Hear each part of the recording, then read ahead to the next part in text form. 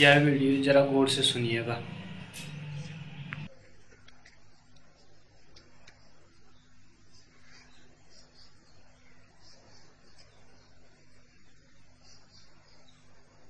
पहला प्रश्न।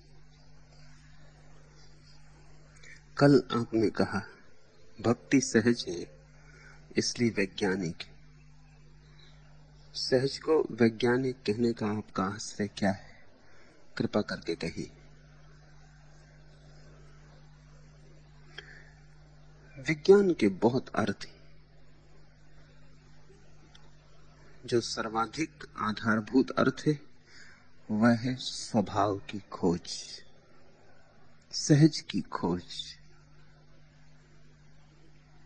जीवन के भीतर जो छिपा हुआ रिक्त ताओ महानियम है उसकी खोज। अंततः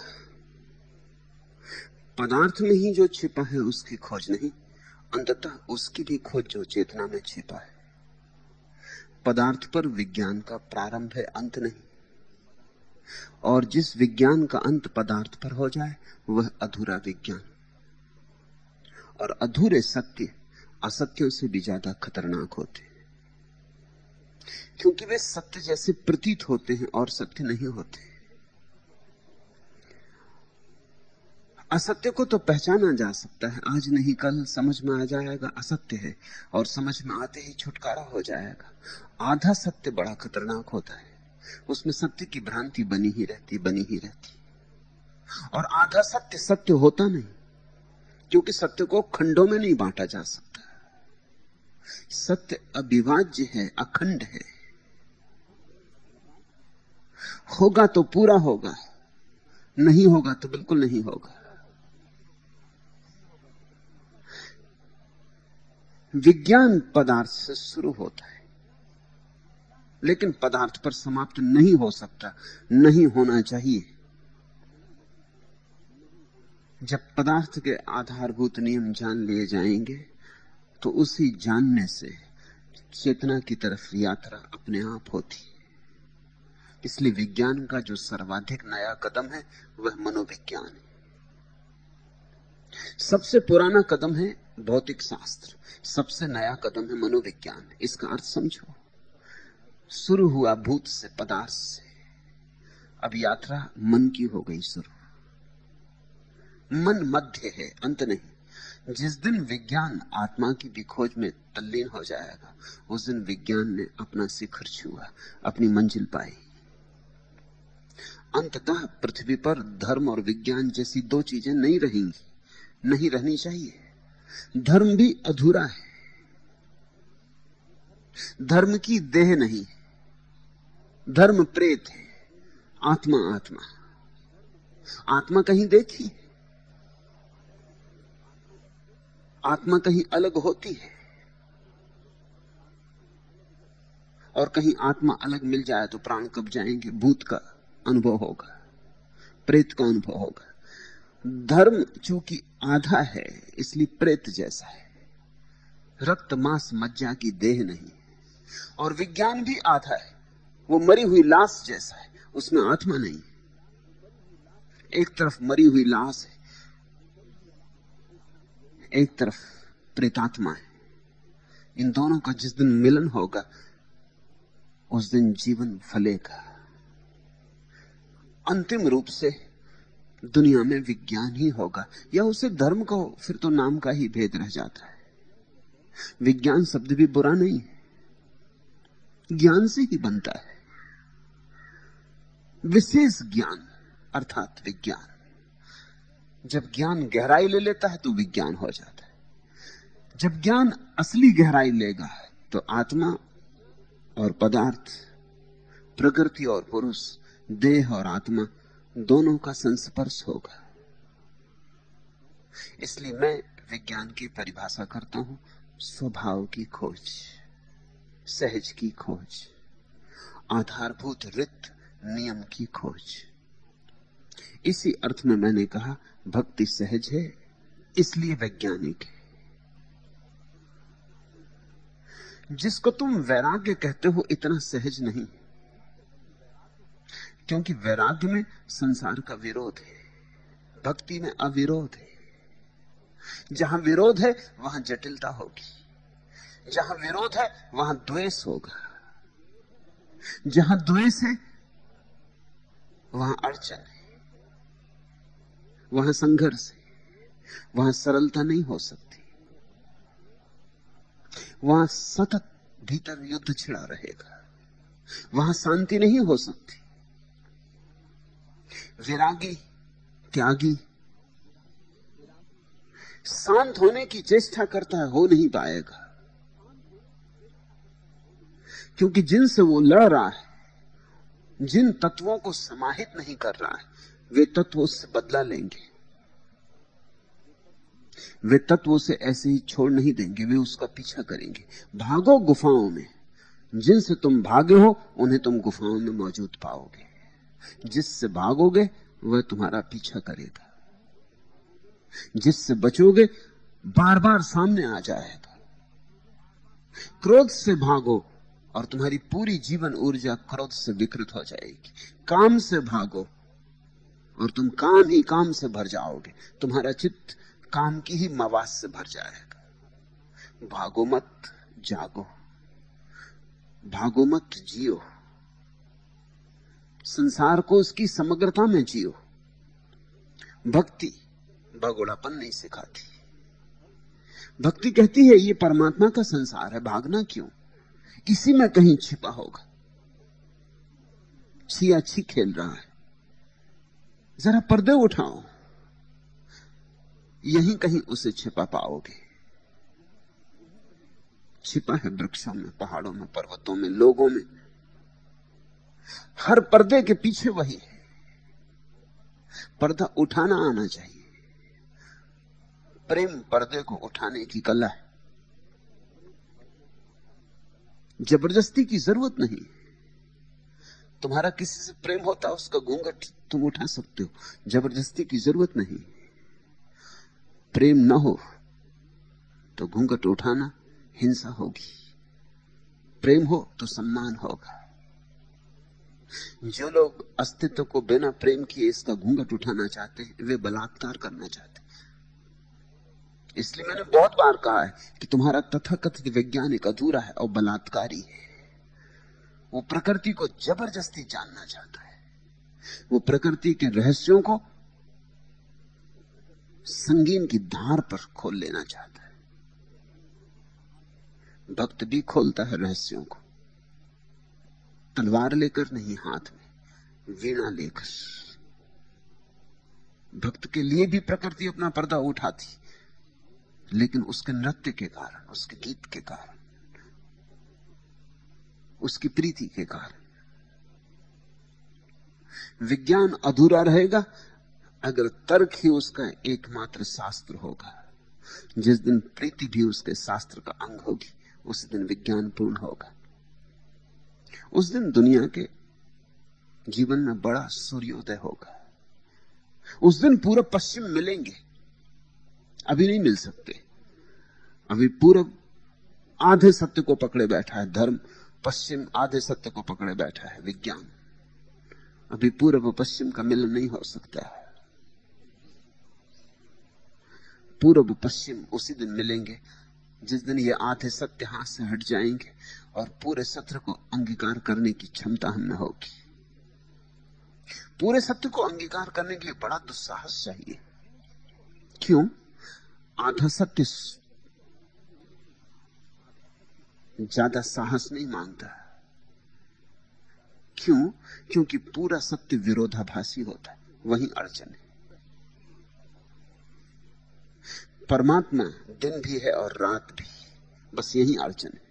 और परमात्मा संसार भी है और निर्वाण भी, यही अड़चन है। जो कायर हैं उनमें से कुछ कहते हैं परमात्मा संसार ही है और कोई परमात्मा नहीं। यही तो नास्तिक कहता है, कम्युनिस्ट कहता है।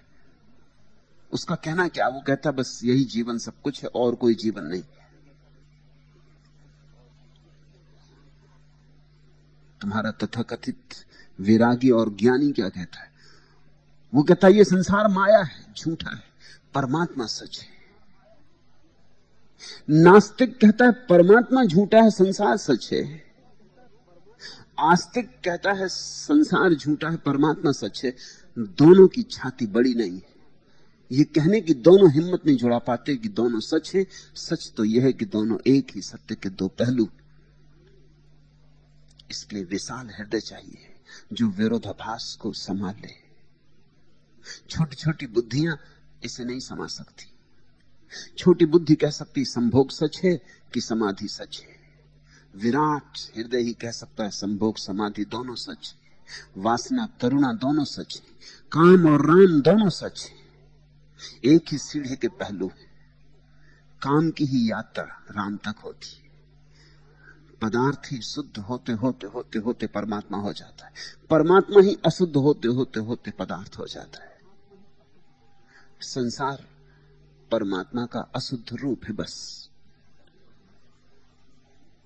परमात्मा संसार का शुद्ध रूप है बस। लेकिन परमात्मा जीवन है, ये स्वीकार करना आसान मालूम पड़ता है। जब तुम कहते हो परमात्मा जीवन और मृत्यु दोनों है तो बड़ी अड़चन होती है। तर्क कहता है जीवन और मृत्यु दोनों, दोनों कैसे होगा? दोनों नहीं हो सकता। तर्क की भाषा है यह या वह। तर्क हमेशा बांटता है।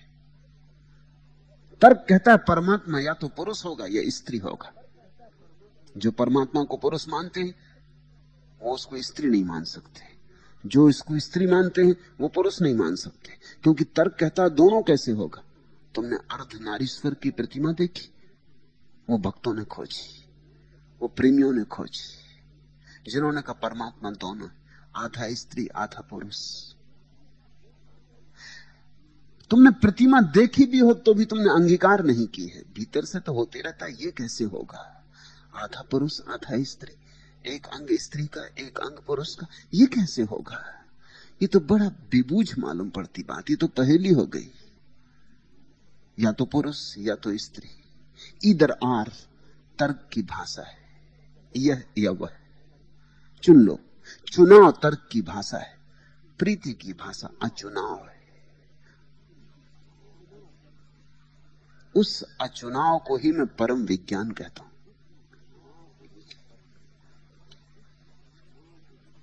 दूसरा प्रश्न, सांडिल्य कहते हैं प्रीति भक्ति अद्वैत है। तो अद्वैत के नाम पर जो कहा जाता रहा है वह क्या है? अधिकतर शब्द ही है वह, क्योंकि जिसने प्रीति नहीं जानी वह अद्वैत नहीं जानेगा। अद्वैत प्रीति की परम दशा है। जिसने प्रीति नहीं जानी उसका अद्वैत तार्किक निष्पत्ति है, गणित उसने हल किया है। उसके अद्वैत में प्राण नहीं है। उसका अद्वैत रूखा सूखा निष्प्राण है। उसके अद्वैत में फूल नहीं लगेंगे और उसके अद्वैत में कोई स्वर पैदा नहीं होगा। उसका अद्वैत मरघट का अद्वैत है। जिसने प्रीति जानी उसने ही असली अद्वैत जाना। असली अद्वैत का क्या अर्थ? असली अद्वैत का अर्थ होता है दो में से एक को छोड़ नहीं देना है, फिर तो अद्वैत हुआ ही नहीं। तुम्हारा अद्वैतवादी कहता संसार माया है, झूठ है ही नहीं। ये क्या अद्वैत हुआ? एक को काट दिया। फिर तो मार्क्सवादी भी अद्वैतवादी है। वो कहता कोई परमात्मा नहीं, कोई आत्मा नहीं, बस जड़ है, पदार्थ है, कोई चेतना नहीं। ये भी अद्वैत है। आस्तिक नास्तिक दोनों अद्वैतवादी हैं। और मैं मानता हूं कि दोनों केवल तर्क से चल रहे हैं, अनुभव नहीं। भक्त को अनुभव है। भक्त कहता है अद्वैत है, और ऐसा अद्वैत है कि दोनों उसमें समाये और दोनों उसमें जी सकते हैं। ये अनुभूति प्रेम में ही होती है। प्रेम बड़ी विचित्र अनुभूति है। प्रेमी और प्रेमिका दो होते हैं और फिर भी अनुभव करते हैं कि एक है। उनका अनुभव बड़ा समृद्ध अनुभव है। अगर प्रेमी अपनी हत्या कर ले और कहे कि बस प्रेसी है, मैं नहीं हूं, तो प्रेम समाप्त हो जाएगा। या प्रेसी की हत्या कर दे और कहे कि मैं ही हूं, प्रेयसी कहां है, तो भी प्रेम समाप्त हो जाएगा। दो के बीच एक जिए, और यही प्रेमी करते हैं जीवन भर।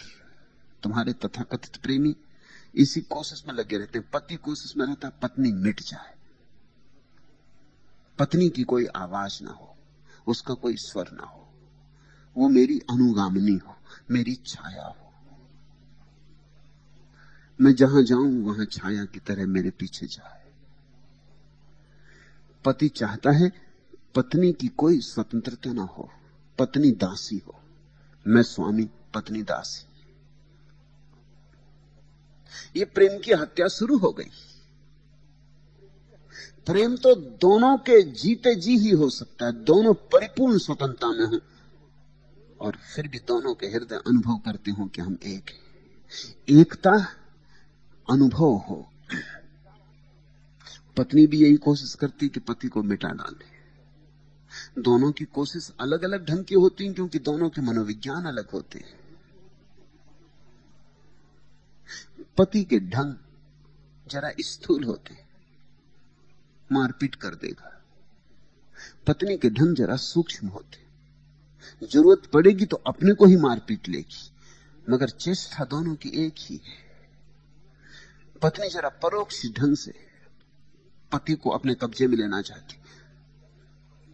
अक्सर यह होता है कि तुमने विवाह किया कि पत्नी तो नहीं मिलती, एक गुरु मिल गया जो तुम्हें सुधारने में लग जाता कि अब सिगरेट ना पियो, अब पान ना खाओ, अब 10 बजे के बाद जगो मत, अब ब्रह्म मुहूर्त में उठो, और अब ऐसा करो और अब वैसा करो।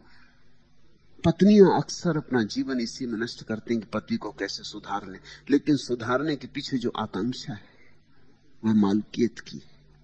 सुधारना तो बहाना है। सुधारने का तो केवल मतलब इतना है कि शुभ के मार्ग से मैं मालकियत सिद्ध करती हूं। और मजा यह कि न पति सुधरता न पत्नी सुधार पाती, क्योंकि पत्नी जब सुधारने की कोशिश करती है और यह उसका ढंग होता है मालकियत का, तो पति भी पूरी चेष्टा करता है अपनी स्वतंत्रता बचाने की, चाहे गलत ढंग से ही सही। अब सिगरेट पीना कोई बड़ी स्वतंत्रता नहीं है, मूढ़तापूर्ण है बात, मगर अगर पत्नी पीछे पड़ी कि सिगरेट मत पियो, तो पति फिर सिगरेट नहीं छोड़ सकेगा, उसे पीना ही पड़ेगा, पीते ही रहना पड़ेगा। क्यों? क्योंकि अब यही उसका एकमात्र मार्ग है घोषणा करने का कि मेरी भी आत्मा है, मैं स्वतंत्र हूं, मैं गुलाम नहीं हूं। पति पत्नी एक दूसरे को मिटाने में लग जाते, इसलिए पति पत्नी का जीवन एक दुखद जीवन हो गया है। दोनों अद्वैतवादी हैं, दोनों की चेष्टा यह है एक बचे, दूसरे को नकार कर दो, छाया कर दो, माया कर दो, दूसरे का होना न होने के बराबर कर दो, दूसरे का मूल्य शून्य कर दो। यही ज्ञानी कर रहा है, वो कहता ब्रह्म सत्य जगत मिथ्या। यही तुम्हारा अनीश्वरवादी कर रहा है, वो कहता है जगत सत्य ब्रह्म मिथ्या। एक को बचाएंगे, दूसरे को नष्ट कर देंगे। भक्त की कीमिया बड़ी अद्भुत है।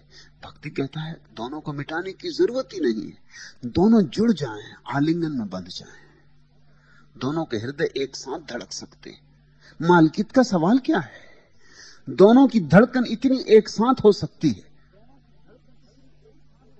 कि एक का अनुभव होने लगे, दो के बीच में एक का अनुभव होने लगे, दोनों की स्वतंत्रता अछूती रहे और फिर भी दोनों एक में जुड़ जाएं, एक सेतु से जुड़ जाएं।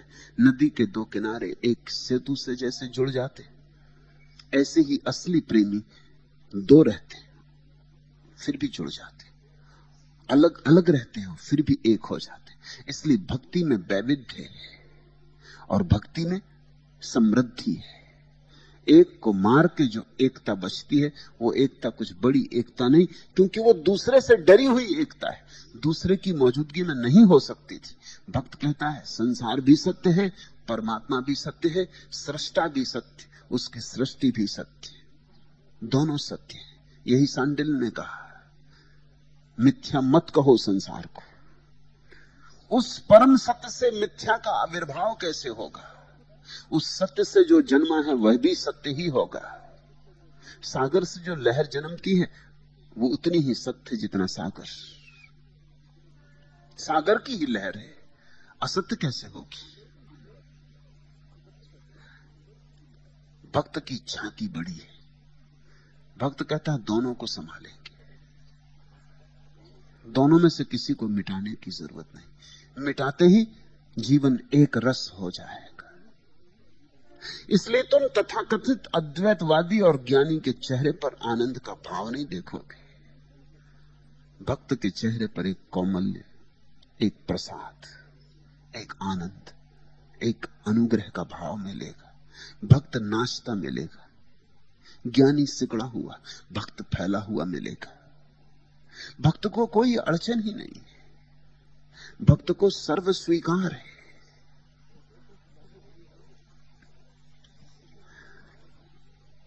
भक्त ज्ञान की बातचीत में नहीं पड़ता, अनुभव में उतरता है। इस भेद को ठीक से समझ लेना।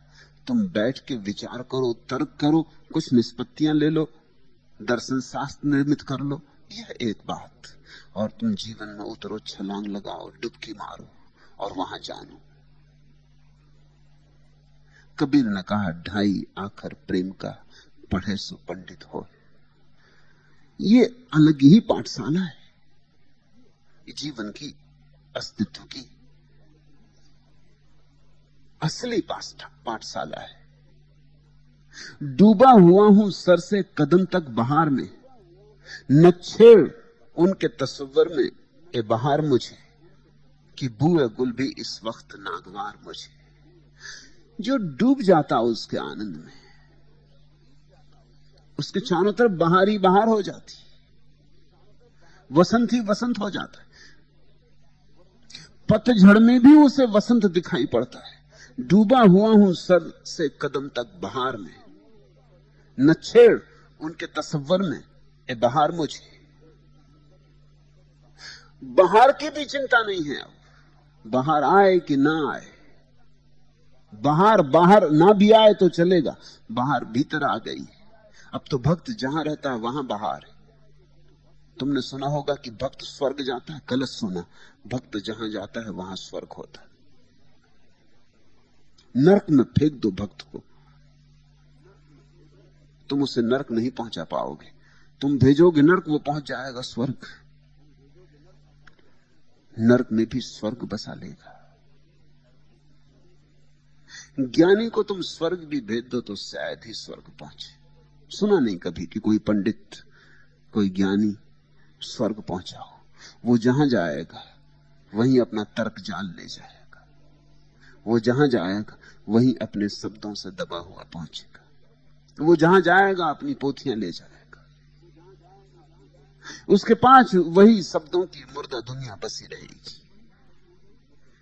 पापी भी पहुंच जाते हैं, पंडित नहीं पहुंचते।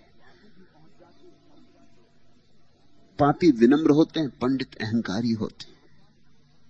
अगर पंडित और पापी में चुनना हो तो पापी हो जाना बेहतर है। पंडित तो भूल के मत होना, क्योंकि पंडित का मतलब है जिसने नहीं जाना और जो सोचता है मैंने जान लिया। जानता तो प्रेमी है, पंडित कैसे जानेगा?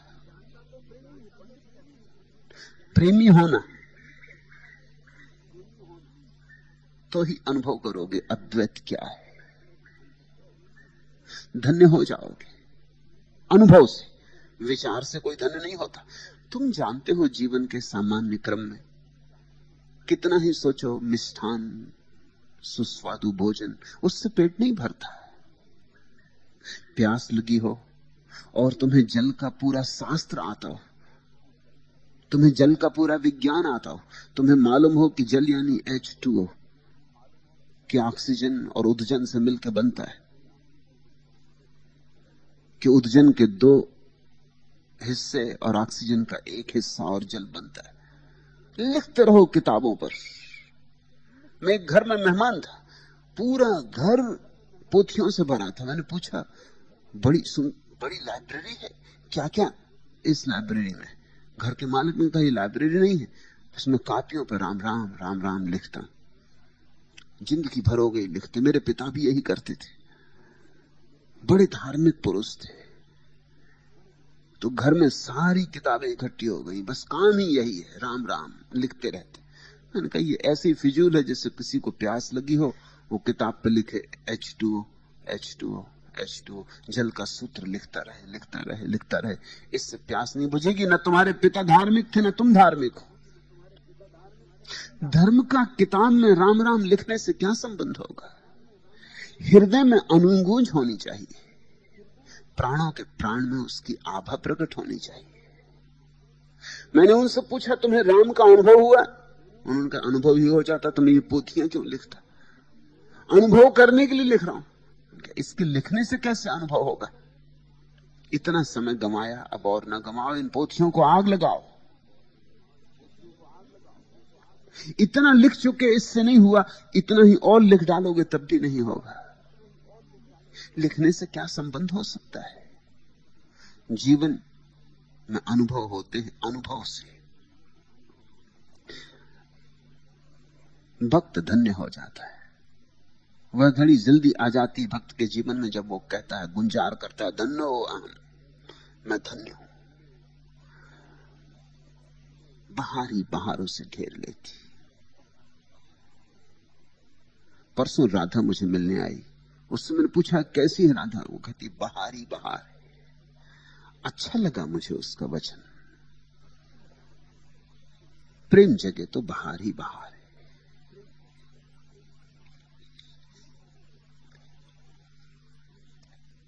तीसरा प्रश्न, आपने भक्ति साधना के प्रसंग में अवतारी पुरुषों की चर्चा की। उस प्रसंग में आपने भगवान बुद्ध का वचन उद्धृत किया कि मुझे भी राह से हटाकर आगे जाना। लेकिन शायद इसी प्रसंग में कहा गया भगवान कृष्ण का प्रसिद्ध वचन है, सर्व धर्मान परित्यज्य मामेकम शरणम व्रज। सब धर्म इत्यादि छोड़कर मेरी शरण आ। क्या इन परस्पर विरोधी वचनों पर कुछ प्रकाश डालने की कृपा करेंगे? जरा भी विरोध नहीं है। कृष्ण जो कह रहे हैं वो यात्रा की शुरुआत है, बुद्ध जो कह रहे हैं वो यात्रा का अंत है। कृष्ण जो कह रहे हैं वो अर्जुन से कह रहे हैं जो नाव पर बैठा नहीं, जो झिझक रहा है नाव पर बैठने में। कृष्ण कहते हैं तू फिक्र छोड़, ये नाव तेरे पास आके लगी। सर्व धर्मान परित्यज, छोड़ छाड़ सब बातचीत सब बकवास, आ बैठ मेरी शरण आ। मैं तेरा माझी, मैं तेरा सारथी, मैं तुझे उस पार ले चलूं। ये नाव तुझे ले जाएगी। सब छोड़ के निर्भय होके इस नाव में बैठ। जब बुद्ध ने कहा है कि अगर मैं भी तुम्हारी राह में आ जाऊं तो मेरी गर्दन काट देना, ये उस किनारे की बात है जब नाव दूसरी तरफ लग गई और अर्जुन कहने लगा कि अब मैं उतरूंगा नहीं नाव से। इस नाव ने कितनी कृपा की है, मुझे संसार के सागर से ले आई परमात्मा के किनारे तक। नहीं, इसे अब मैं छोड़ूंगा नहीं। और कृष्ण के पैर पकड़ ले और कहे कि तुमने ही तो कहा था मामेकम शरणम व्रज। अब कहां जाते? अब नहीं छोड़ूंगा, अब चाहे प्राण रहें कि जाएं, तुम्हारे चरण पकड़े ही रहूंगा। तब उस दूसरी घड़ी में कृष्ण को भी कहना पड़ेगा जो बुद्ध ने कहा कि पागल अब नदी से उतर आया, अब नाव छोड़, अब मुझे भी छोड़। अब तो दूसरा किनारा आ गया, अब तो परमात्मा आ गया। नाव का उपयोग था संसार से परमात्मा तक, शरीर से आत्मा तक, अंधकार से प्रकाश तक, मृत्यु से जीवन तक। लेकिन अब तो परमात्मा के द्वार पे आके खड़ा हो गया। अब इसे भी छोड़, अब इस नाव को थोड़ी ढोएगा। बुद्ध बार बार कहते थे कि जब उतर जाओ दूसरे किनारे तो नाव को सिर पे मत रख लेना, वह मूढ़ता होगी, अनुग्रह और कृतज्ञता नहीं। नाव को धन्यवाद दे के आगे बढ़ जाना। कृष्ण का वचन पाठशाला में भर्ती होने के दिन विद्यार्थी को दिया गया सूत्र है। बुद्ध का वचन दीक्षांत समारोह समाप्त हो गया, विश्वविद्यालय से लौटते हुए विद्यार्थी को दिया गया अंतिम संबोधन है, विरोध जरा भी नहीं। क्योंकि दोनों अलग अलग समय में दिए गए और अलग अलग लोगों को दिए गए, इसलिए तुम्हें चिंता हो सकती है। कृष्ण ने कहा था अर्जुन से, जो एक सामान्य व्यक्ति है। बुद्ध ने कहा था बोधिसत्वों से, जो आखिरी घड़ी में पहुंच गए। बुद्ध मर रहे, आखिरी घड़ी आ गई, उनके बोधिसत्व उन्हें घेरे हुए हैं, उनके परम शिष्य उन्हें घेरे हुए हैं। आनंद रोने लगता है। बुद्ध आंख खोलते हैं, पूछते हैं क्यों रोता है, तो आनंद कहता है आप चले, अब हमारा क्या होगा। तब बुद्ध ने कहा है अप दीपो भव, अपने दिए बनो, मेरे साथ जहां तक आ सकते थे।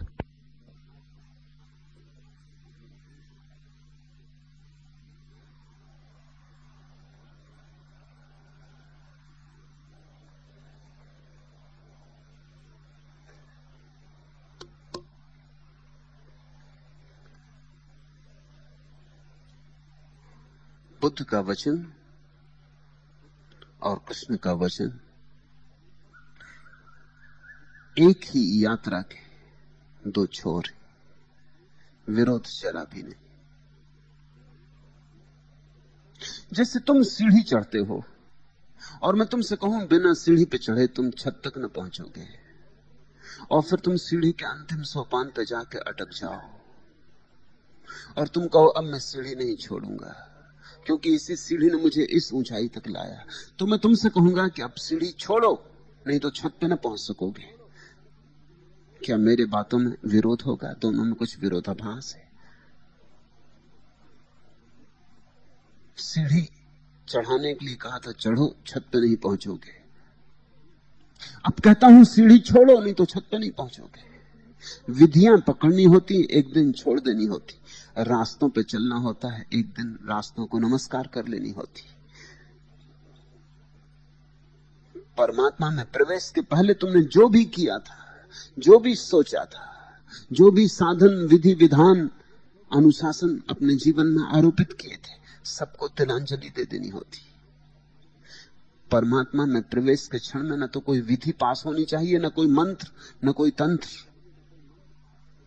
परमात्मा में प्रवेश के समय सारी सीढ़ियां समाप्त हो जानी चाहिए, सारी नाव विदा हो जानी चाहिए, तो ही तुम प्रवेश कर सकोगे।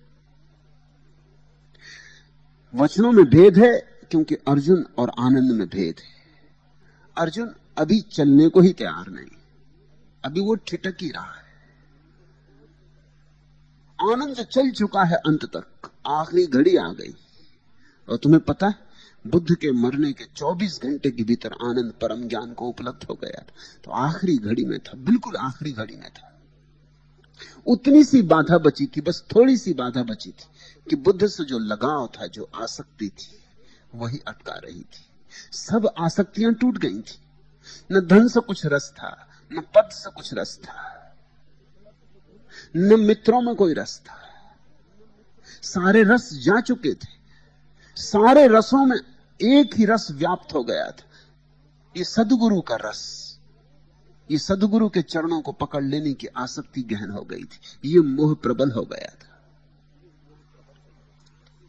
बुद्ध ने आनंद को कहा है तू मुझे भी छोड़, तू अपना दीपक अब खुद बन। अब तू इस योग्य है, अपने पैर पर खड़ा हो सकेगा, मेरे कंधे पर कब तक बैठकर चलेगा। अब जरूरत भी नहीं, मां चलाती है बच्चे को हाथ पकड़ के। एक दिन हाथ पकड़ के चलाना होता, फिर अगर बच्चा सदा के लिए हाथ पकड़ ले तो मां हाथ छुड़ाएगी। एक दिन हाथ छुड़ाना भी होता है, नहीं तो बच्चा जवान कब होगा, प्रौढ़ कब होगा। अगर मां अपने 20 साल के जवान लड़के को भी हाथ पकड़ के चलाए तो तुम भी कहोगे कि मां भी पागल है और ये लड़का भी पागल है। और अगर मां पहले से ही अपने 8 महीने के बच्चे को भी हाथ का सहारा न दे तो भी तुम पागल कहोगे। विरोधाभास कहां है? अर्जुन छोटा सा बच्चा है, दुमुहा। आनंद युवा हो गया है। लेकिन अब भी मां का आंचल छोड़ना नहीं चाहता, अभी भी चाहता है मां को पकड़े रखे। ये दोनों वचन सत्य हैं और दोनों वचन तुम्हारे लिए भी सत्य हैं। पहले दिन कृष्ण का वचन, अंतिम दिन बुद्ध का वचन।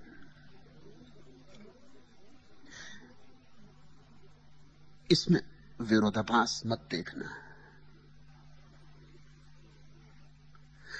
अक्सर धार्मिक महावचन विरोधाभासी दिखाई पड़ सकते हैं,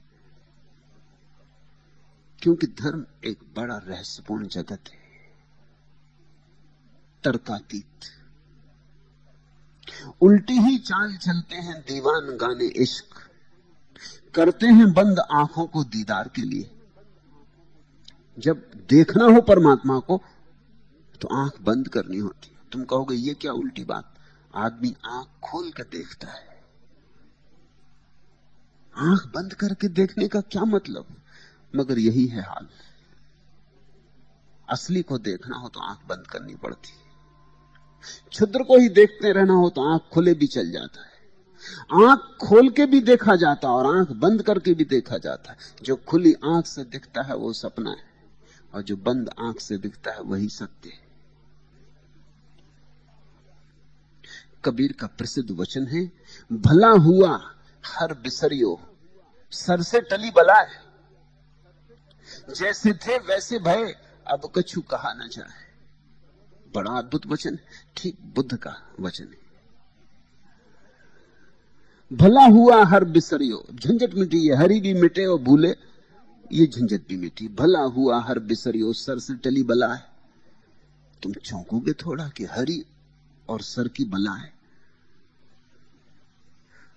सांडल तो कह रहे हैं कि भजो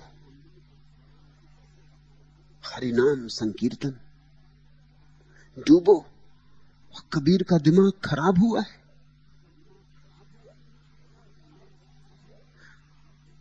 कि कहते हैं भला हुआ हर बिसरियो सर से टली बला है। बला है हरि का नाम, यही तो हरि का नाम ही तो साधन है। इसको बला कहते हो?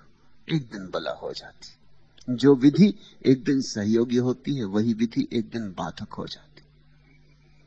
तुम बीमार हो, तुम्हें औषधि देते हैं, फिर बीमारी चली गई, फिर औषधि लेते रहोगे तो बलाय हो जाएगी। जिस दिन बीमारी गई उसी दिन बोतल फेंक देना, और नहीं तो लायंस क्लब में जाके बैठ कर आना, मगर छुटकारा पा लेना उससे। फिर बोतल को लिए मत घूमना, और ये मत कहना कि इससे इतना लाभ हुआ अब कैसे छोड़ूं, ऐसा कृतज्ञ कैसे हो जाऊं, इसी बोतल ने तो सब दिया, स्वास्थ्य दिया, बीमारी गई, अब तो पीता ही रहूंगा, अब छोड़ने वाला नहीं, अब तो इसमें मेरी श्रद्धा बड़ी सघन हो गई। सांडल्य कह रहे हैं डूबो हरि भक्ति में, ये कृष्ण की शुरुआत। और कबीर बुद्ध के तल से कह रहे हैं भला हुआ हर बिसरियो सर से टली बलाए, जैसे थे वैसे भय अब कछु कहा न जाए। अब क्या कहना है? कैसा राम भजन, किसका भजन कौन करे, किस लिए करे? अब शब्द का कोई संबंध ना रहा, अब तो मौन है, सन्नाटा है। हद टप्पे सो औलिया, बेहद टप्पे सो पीर, हद बेहद दोनों टप्पे ताका नाम फकीर। हद टप्पे सो औलिया, जो हद के बाहर चला जाए उसको कहते हैं औलिया। बेहद टप्पे सो पीर, जो बेहद के भी आगे चला जाए, सीमा के पार जाए औलिया, असीम के भी पार चला जाए उसका नाम पीर। हद बेहद दोनों टप्पे ताका नाम फकीर, और जो सीमा असीमा दोनों को छोड़ दे, द्वंद्व को छोड़ दे, सबके पार चला जाए, वही फकीर, उसे ही मैं सन्यासी कहता हूं। पकड़ना छोड़ने के लिए विधियों का उपयोग कर लेना, ले लेना जितना रस उनमें हो, फिर जब रस उनका पी चुके तो उस थोती विधि को ढोते मत रहना, फिर वो बला हो जाएगी। गुरु के सहारे दूसरे किनारे तक पहुंच जाओगे, फिर गुरु को भी विदा दे देनी होगी। संसार से गुरु छुड़ा लेता, फिर गुरु अपने से छुड़ाता है, तभी परमात्मा का मिलन है। चौथा प्रश्न, पिछले कुछ दिनों से रोज प्रवचन के बाद जब आपको जाते हुए देखती हूं तो भीतर से एक निश्वास निकल जाता है और लगता है कि एक दिन और व्यर्थ गया, और फिर एक गहरा भाव रह जाता है कि एक दिन यह दिव्य पुरुष ऐसे ही आंखों से ओझल हो जाएगा और मैं खड़ी खड़ी ऐसे ही देखती रह जाऊंगी। पूछा है मुक्ति ने, दृष्टि की बात है। मुक्ति के मन में कहीं भारी लोभ होगा, उस लोभ से ही सारा उपद्रव पैदा हो रहा है। आध्यात्मिक लोभ को हम साधारणता लोभ नहीं कहते हैं, तो वह लोभ ही। तुम मुझे सुनते हो, दो ढंग से सुन सकते हो। एक तो सुनने का मजा सुनने में, जैसे कोई संगीत को सुनता है। कोई संगीत को सुनने से धन की वर्षा नहीं हो जाएगी। संगीत सुन के घर जाकर अचानक तुम धनी नहीं हो जाओगे।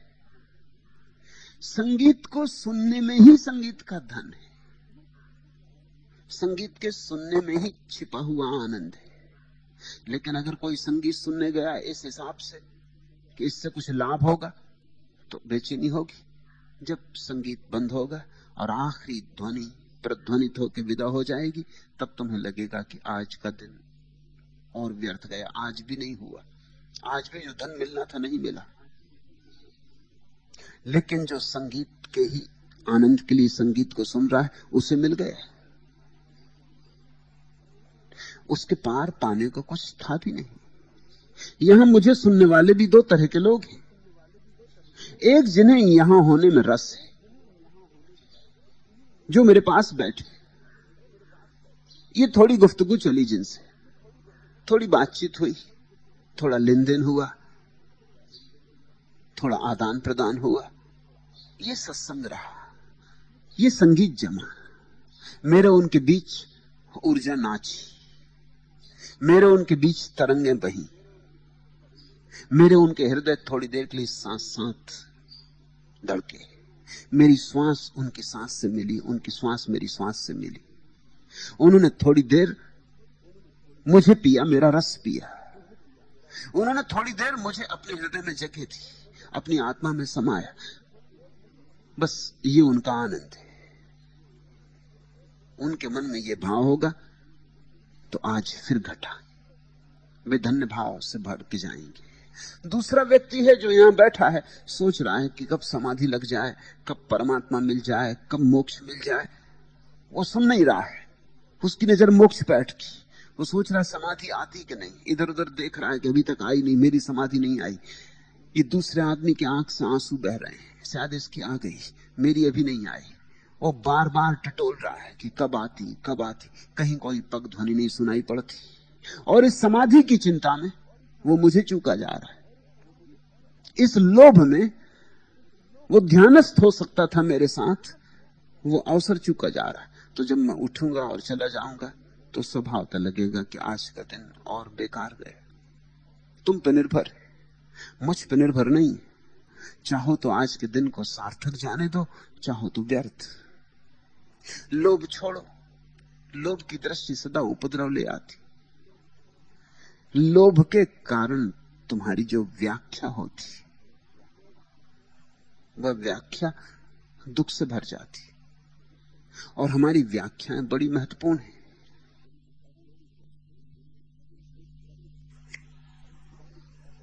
एक कम्युनिस्ट कवि का मैं गीत पढ़ रहा था कल।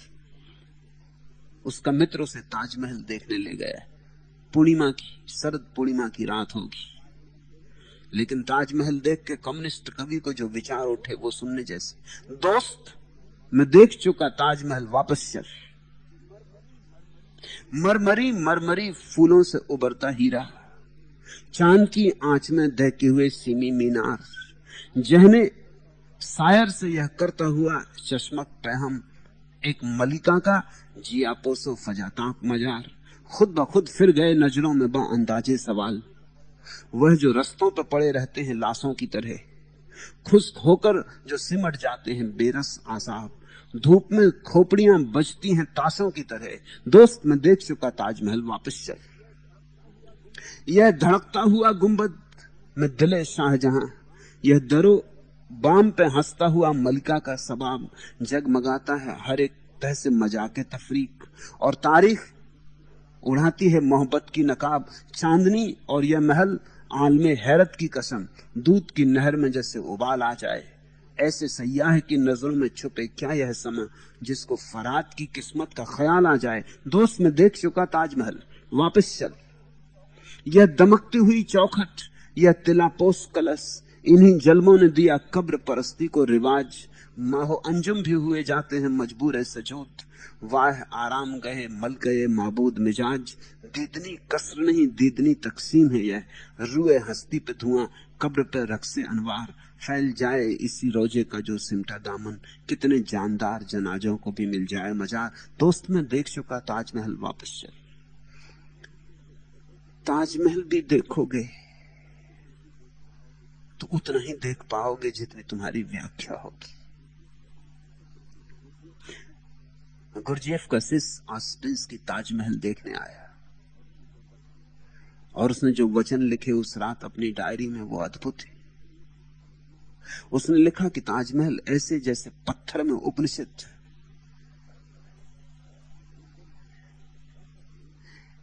ऐसा सौंदर्य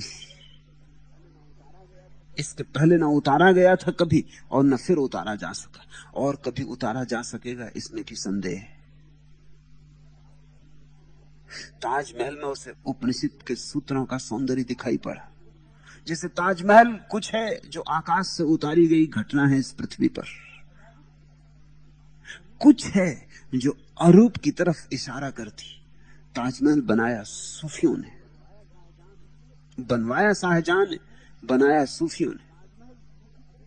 ताजमहल सूफी कृति है, जैसे अजंता एलोरा बौद्ध भिक्षुओं की कृतियां हैं, और जैसे खजुराहो और कोनारक तांत्रिकों की कृतियां हैं, वैसे ताजमहल सूफियों की कृति है। लेकिन गुरजीएफ का शिष्य था ऑस्टिन्स इसलिए देख सका सूफियों का यह कृत्य। गुरजीएफ खुद सूफी था, सूफी संतों से ही उसने सब सीखा था, इसलिए ऑस्टिन्स को दिखाई पड़ सका कि ताजमहल में क्या खोदा गया है। ताजमहल तुम्हें याद दिलाता है तुम्हारे परम सौंदर्य की, देह में ही समाप्त मत हो जाना। पत्थर में भी इतना सौंदर्य छिपा है तो तुम में तो कितना छिपा होगा। उघाड़ने की बात है, नक्काशी की बात है, प्रकट करने की बात है। ऑस्टिन्स को सूफी मत की सार अभिव्यक्ति ताजमहल में मिली। एक कम्युनिस्ट कवि को दिखाई पड़ता है कि ताजमहल ठीक, मगर रास्तों पर लोग पड़े भूखे, उनका क्या? ये ताजमहल उनका मजाक है। लोगों को भोजन नहीं, और यहां एक मरी मराई मलिका के लिए इतना धन खर्च किया गया है। लोगों को दवा नहीं, उनके बच्चों को दूध नहीं, रहने के लिए छप्पर नहीं, जिंदों को छप्पर नहीं है और मुर्दों के लिए इतनी सुंदर कब्र। यह अति अन्याय है। यह कम्युनिस्ट की परिभाषा है। सब तुम पर निर्भर है। अगर तुम मौज में हो तो ताजमहल में तुम्हें बड़ा आनंद दिखाई पड़ेगा, नाच होता हुआ दिखाई पड़ेगा, ताजमहल रक्स में मिलेगा। अगर तुम उदास गए हो, तुम्हारी प्रेयसी खो गई है, कि तुम्हारी मां मर गई है, कि तुम्हारा मित्र चल बसा है, और तुम ताजमहल देखोगे तो ताजमहल बड़ा उदास मालूम होगा। तुम्हारी आंखें जो लेके जाती हैं वही देख लेंगी। तुम यहां सुनते किस तरह से हो, मुझे इस पर निर्भर है बहुत कुछ। कोई यहां हिंदू की तरह सुनने आता है, कोई यहां मुसलमान की तरह सुनने आता है, कोई ईसाई की तरह, वो मुझसे वंचित रह जाएगा। जो यहां न हिंदू, न मुसलमान, न ईसाई, जो सिर्फ मनुष्य की तरह सुनने आता है, वही मुझसे संबंध जोड़ पाएगा। कोई यहां बड़े लोभ से भर के आता है, पारलौकिक लोभ, मगर लोभ लोभ है। कहीं पारलौकिक कोई लोभ होता है? लोभ ही तो संसार है। अब ये मुक्ति के मन में बड़ा लोभ है, ये चाहती जल्दी से निर्वाण उपलब्ध हो, समाधि उपलब्ध हो। आज का दिन और बेकार गया। जैसे कि मुझे सुनकर तुम्हें समाधि उपलब्ध हो सकती, और मैं ये नहीं कह रहा हूं कि सुनते सुनते नहीं उपलब्ध हो सकती, मगर सुनकर उपलब्ध नहीं हो सकती, सुनते सुनते उपलब्ध हो सकती। उपलब्ध करने की आकांक्षा हो तो नहीं उपलब्ध होगी, क्योंकि तब तुम सुन ही ना पाओगे। उपलब्धि इत्यादि की व्यर्थ बातें छोड़ो, जितनी देर मेरे साथ हो मेरे साथ हो लो, तल्लीनता से, परिपूर्णता से। इस थोड़ी देर के लिए तो लोभ इत्यादि को फेंक दो। लोभ के कारण संबंध नहीं जुड़ पाते, लोभ बीच में बाधा बन जाता।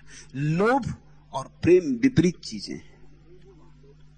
जहां प्रेम है वहां लोभ नहीं, और जहां लोभ है वहां प्रेम नहीं। और ये सत्संग तो उनके लिए है जिनके हृदय में प्रेम है,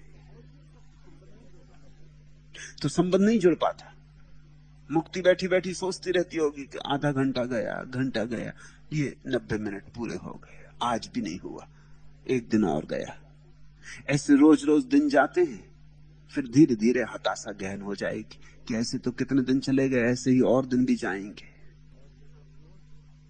और यहां रोज संभावना थी, यहां प्रतिपल संभावना थी।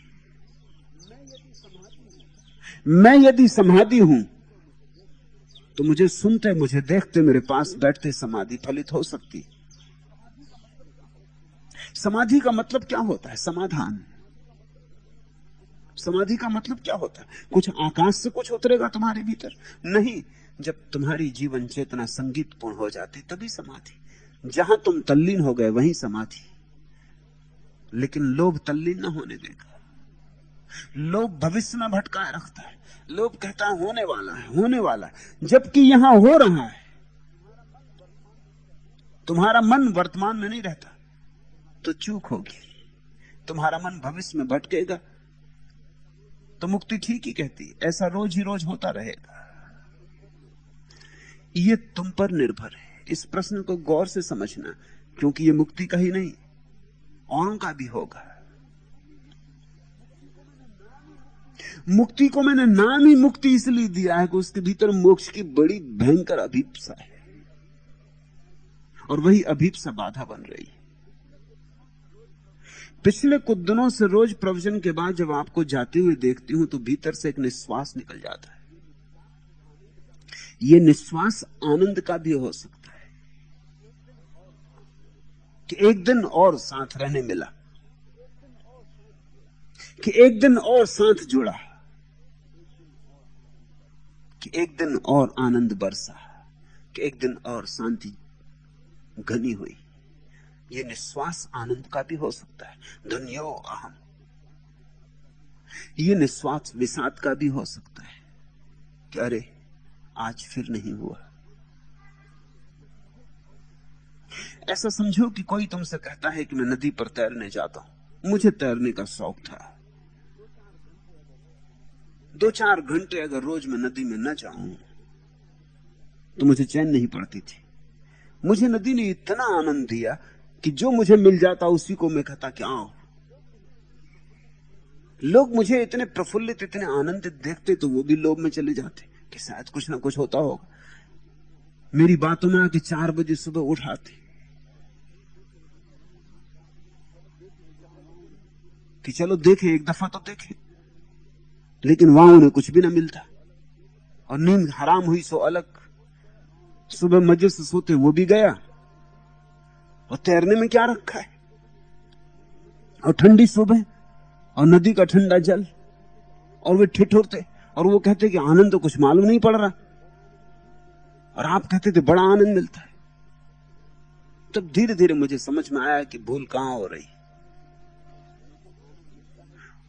मुझे आनंद मिलता है क्योंकि मैं आनंद की तलाश नहीं कर रहा हूं। वे आ गए हैं सिर्फ इसी आशा में कि आनंद मिलेगा। अब ठंडे पानी में उतर रहे हैं, दिखाई तो ये पड़ रहा है कि ठंड लग रही, और सोच वो ये रहे हैं कि अभी तक आनंद नहीं मिला। उदास हुए जा रहे हैं कि अब तक नहीं आया, कब आएगा, कहां से आएगा। 2-4 दिन मेरे साथ जाते, फिर वो कहते भाई हमें नहीं आना। दिन भर नींद आती और आनंद मिलता नहीं। मैं बहुत हैरान होता था कि तैरने जैसी घटना और इन्हें आनंद नहीं मिलता। जल के साथ घड़ी तो घड़ी रह लेना परम जीवनदायी है, क्योंकि 80% तुम्हारे भीतर जल है।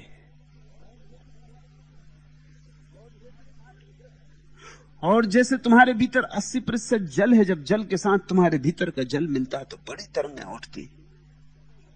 मगर मिलना चाहिए, मिलन होना चाहिए, तो तैरना ध्यान बन सकता है। अगर तुम परिपूर्ण डूब गए तैरने में, अगर कोई धूप में लेट गया है जाके सागर के तट पर और धूप की वर्षा में डूब सकता है, तो वहां ध्यान। कोई नाचने में डूब सकता है, वहां ध्यान। तुम जिसमें डूब जाओ वहां ध्यान। यहां मैं जो तुमसे बोल रहा हूं रोज रोज, वो किन्हीं सिद्धांतों को समझाने के लिए नहीं। सिद्धांतों में रखा क्या है? 2 कौड़ी के सिद्धांत तो बहाने, प्रयोजन कुछ और है। प्रयोजन यह है कि तुम मेरे साथ थोड़ी देर को डूब जाओ। मगर अगर भीतर तुम्हारे ये आकांक्षा बैठी कि कुछ मिलना चाहिए, तो बड़ी कठिनाई हो जाएगी। शायद तुमने सुना हो, यूक्लिड बहुत बड़ा गणितज्ञ हुआ, ज्यामिति का आविष्कारक। उसके पास एक धनपति ने अपने बेटे को ज्यामिति सीखने भेजा। धनपति का बेटा था, धन उसकी एकमात्र भाषा थी। यूक्लिड ने उसे समझाना शुरू किया कि रेखा क्या है, बिंदु क्या है, त्रिकोण क्या है। उसने थोड़ी देर सुना, उसने कहा इससे मिलेगा क्या, इससे फायदा क्या, बिंदु क्या है, रेखा क्या, इससे फायदा क्या, इससे लाभ क्या होगा। धनपति का बेटा था। यूक्लिड ने उसकी तरफ देखा और अपनी पत्नी को कहा कि ऐसा कर, रोज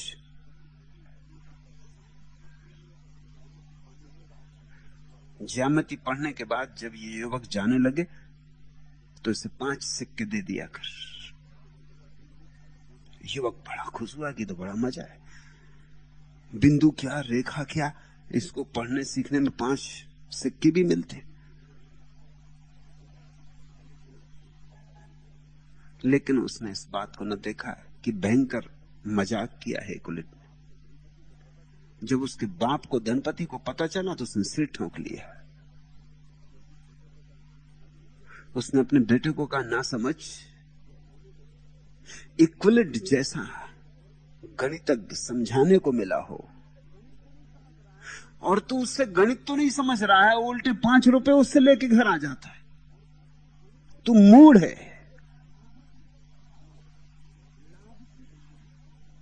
लाभ की भाषा मूढ़ता की भाषा है।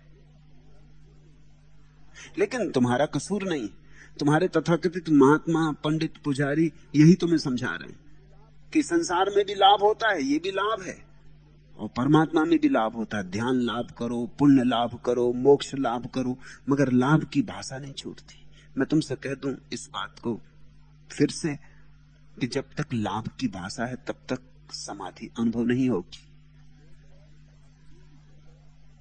लाभ ही तनाव है। जहां लाभ गया, लोभ गया, उसी चित्त दशा का नाम समाधि है। जब लाभ लोभ उड़ गए और तुम्हारे भीतर कोई लाभ लोभ की भाषा न रह गई, तुम इसी क्षण में परम तल्लीन हो गए, वही समाधि।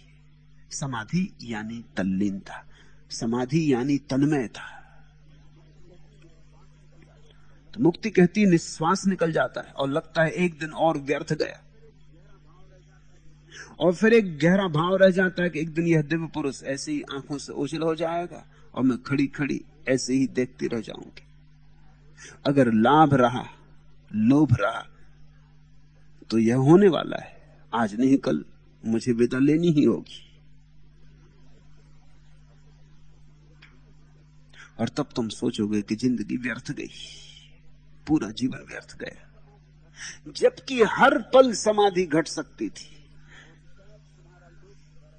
और शायद तुम्हारा लोभ से भरा हुआ मन मुझ पर नाराजगी जाहिर भी करेगा कि शायद मैंने ही तुम्हें समाधि नहीं दी, क्योंकि तुम्हें आसाम बैठे हो कि मैं तुम्हें समाधि दूंगा। समाधि ली जाती है, दी नहीं जाती। मैं देना भी चाहूं तो नहीं दे सकता। हाँ, तुम लेना चाहो तो ले सकते हो, और तुम लेना चाहो तो मुझसे ही नहीं, वृक्षों से भी ले सकते हो, पहाड़ों से भी ले सकते हो, चांतारों से भी ले सकते हो। समाधि का अर्थ यही होता है कि हम किसी क्षण में परिपूर्ण रूप से डूब जाएं, न कोई भविष्य रहे न कोई अतीत। यही क्षण सब तरफ से घेर ले, यही क्षण सारा समय बन जाए, यही क्षण अनंत हो जाए। तो यहां मैं देखता हूं पश्चिम से जो लोग आते हैं उन्हें ध्यान ज्यादा सरलता से घटता है,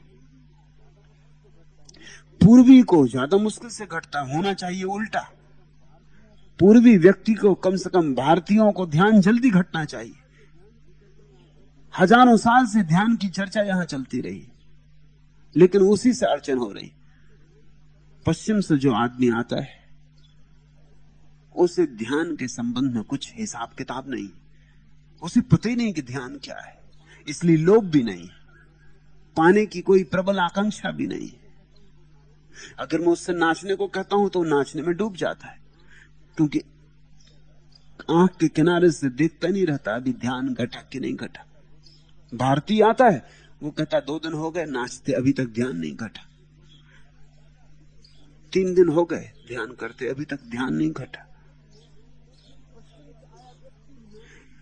पश्चिम से आया व्यक्ति नाचने में रस लेने लगता, वो मुझसे आके कहने लगता नाचने में बड़ा मजा आ रहा, ध्यान इत्यादि की उसे पता भी नहीं कि घटना है कि नहीं घटना, नाचने में बड़ा मजा आ रहा है। एक दिन अचानक ध्यान घट जाता है, ध्यान अनायास घटता है।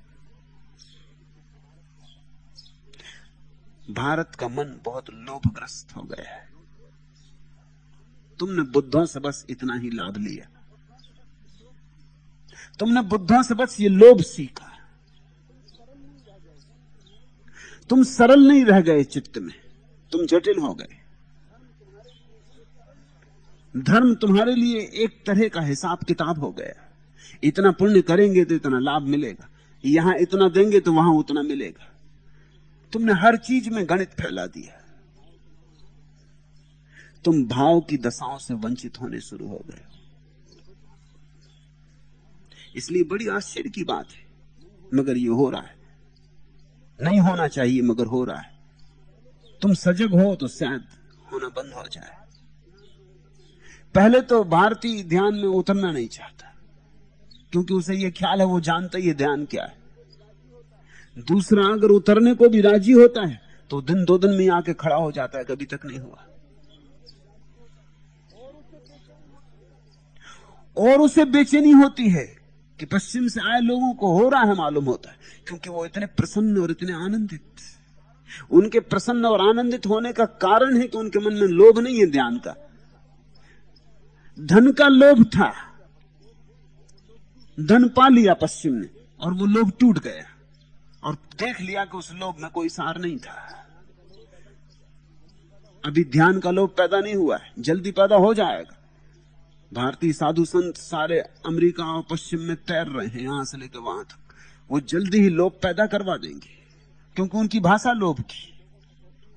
महर्षि महेश योगी लोगों से कहते हैं ध्यान करने से पारलौकिक लाभ तो होता ही है, सांसारिक लाभ भी होता है। धन भी बढ़ेगा, पद भी बढ़ेगा, परमात्मा भी मिलेगा। एक बहुत आश्चर्यजनक घटना है। विवेकानंद ने भारतीय साधु संतों के लिए अमेरिका का दरवाजा खोला। विवेकानंद से लेकर अब तक सिर्फ कृष्णमूर्ति को छोड़कर जितने लोग भारत से अमेरिका गए, उन्होंने अमेरिका को नहीं बदला, अमेरिका ने उन्हें बदल दिया।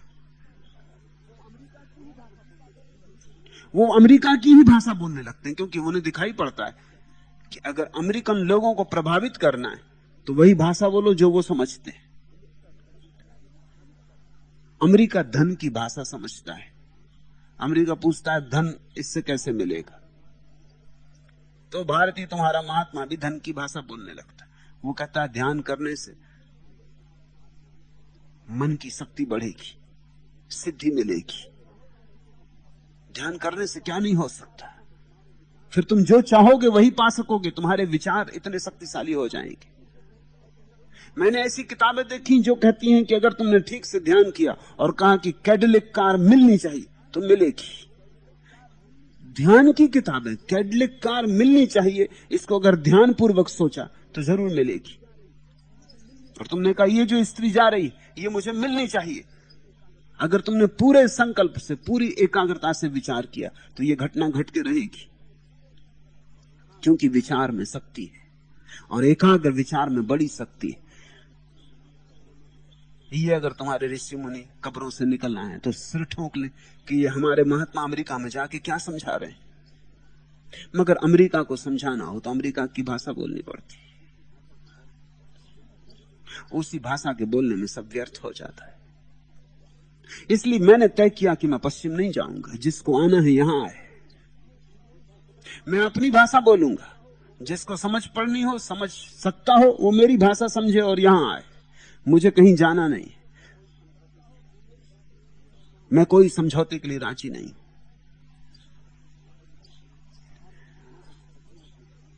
भारतीय मन सदियों से सुनते सुनते ध्यान की बात लोभी हो गया है। धन का जो लोभ है, उसी लोभ को भारतीय मन ने आत्मा के लोभ पर निरूपित कर दिया, आरोपित कर दिया है। पद का जो लोभ है वही उसने धार्मिक दिशा में संक्रमित कर दिया है। भेद नहीं है, कोई यहां पद पाना चाहता है, वो वहां पद पाना चाहता है। फिर अड़चन होगी, फिर तुम मुझे ना समझ पाओगे और फिर मुक्ति खड़ी ही खड़ी रह जाओगी। ये तुम्हारे हाथ में, ये समय चूक भी सकती हो। चूकने का मतलब सिर्फ इतना ही कि इस समय में डूबो नहीं तो चूक जाओगे। मैं रोज यहां मौजूद हूं, मेरे द्वार खुले, तुम डुबके लो तो मेरे जाने के पहले घटना घट जाएगी। आज घट सकती है, कल भी का कोई सवाल नहीं है, कभी भी घट सकती है, क्योंकि परमात्मा सदा मौजूद है। जिस क्षण तुम्हारा लोभ लाभ गया, उसी क्षण मिलन हो जाता है।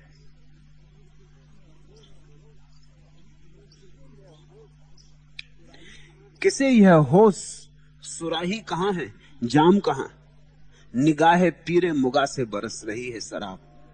जब चारों तरफ से शराब बरस रही हो तो तुम सुराही खोज रही हो, जाम खोज रही हो।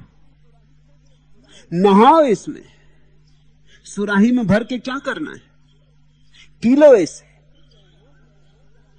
शराब में डूब के शराब हो जाओ। किसे यह होश सुराही कहां, जाम कहां, निगाहे पीरे मुगा से बरस रही है शराब। तुम डूबो। मीरा ने कहा, मीरा पी गई बिन तौले, मीरा मगन भई अब क्या बोले। बिना तौले पी जाओ, लाभ लोभ छोड़ो। वो लाभ लोभ सब तौलना है। तराजू लिए बैठी मुक्ति, वो अपना तौल रही कि तो कितना मिला कितना नहीं मिला, इसलिए उदास है। दुर्भाग्य की बात है,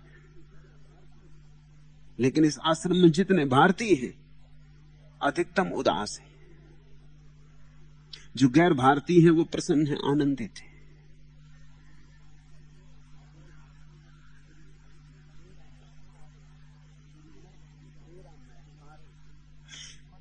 तेरा मैखार तेरी मस्त निगाहों की कसम, साकिए बिन पिए मसरूर हुआ जाता है। ये ऐसी शराब है कि बिना पिए नशा चढ़ सकता है। सिर्फ द्वार तुम्हारा खुला हो, खिड़की दरवाजे खोलो। शकील दूर ये मंजिल से न उम्मीद ना हो, अब आई जाती है मंजिल, अब आई जाती है। उदास होने की कोई भी जरूरत नहीं है, न निराश होने की कोई जरूरत है। मैं तुमसे ये कह ही नहीं रहा हूं कि मंजिल असंभव है या बहुत दुर्गम है। मंजिल बहुत सुगम है और सरल है और सहज है। यही तो भक्ति का सारा सार निचोड़ है। प्रेम भर चाहिए। लोभ के कारण प्रेम नहीं हो पाता और मंजिल दूर से दूर हो जाती। लोभ को जाने दो। लोभ की जगह प्रेम का आह्लाद भाव, फिर हुआ ही है, फिर हो ही गया, फिर क्षण भर की देर नहीं।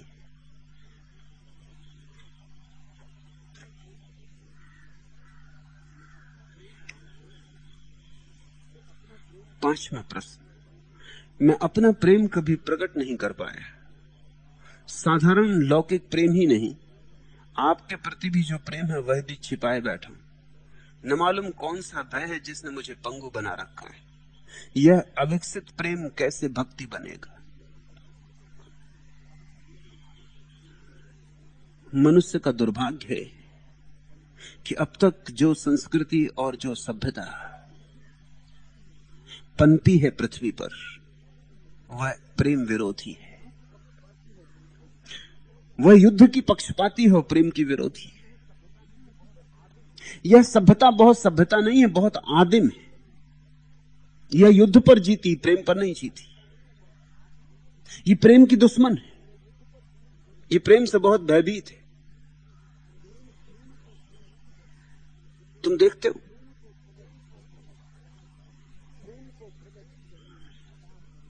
प्रेम को प्रकट करने में हजार तरह की बाधाएं खड़ी की जाती। प्रेम हो ना जाए इसके बीच हजार तरह की दीवारें खड़ी की जाती। प्रेम ना घटे इसलिए सदियों तक बाल विवाह चलता रहा। वो सिर्फ प्रेम से बचने का उपाय था। इसके पहले कि प्रेम की तरंग उठे, विवाह कर दो।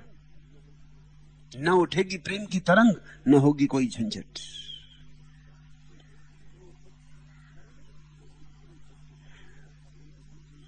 स्त्री पुरुषों को दूर रखा जाता,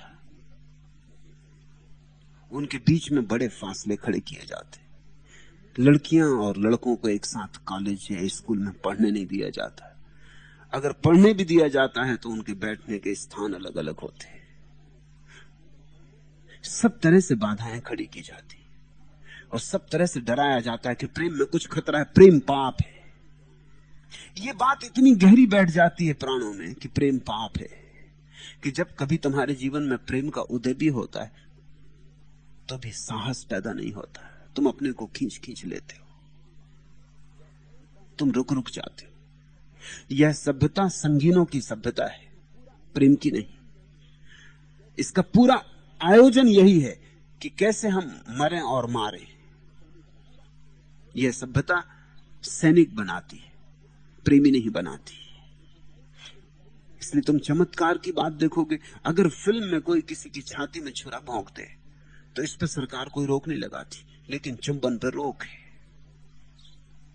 ये बड़े मजे की बात है। कल मैं पढ़ रहा था,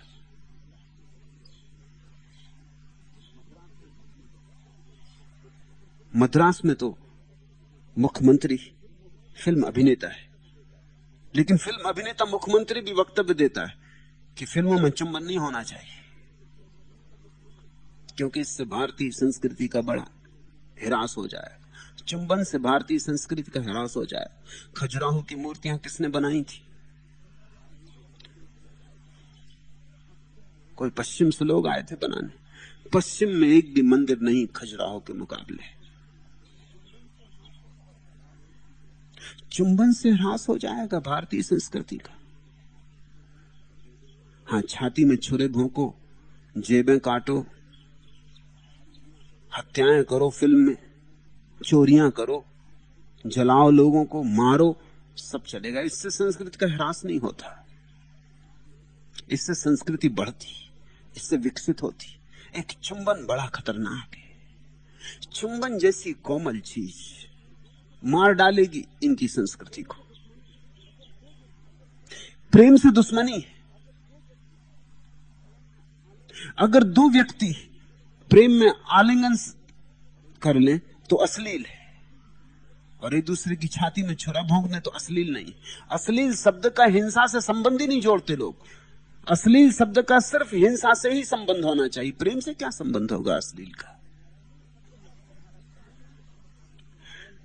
तो तुम्हारा प्रश्न तुम्हारा ही प्रश्न नहीं है, सारी मनुष्य जाति का प्रश्न है। प्रेम के प्रति तुम्हें अपराध भाव से भर दिया गया है, और जब तक प्रेम विकसित ना हो तब तक भक्ति का जन्म नहीं हो सकता। जिसने लौकिक प्रेम नहीं किया वह अलौकिक प्रेम तो कैसे करेगा?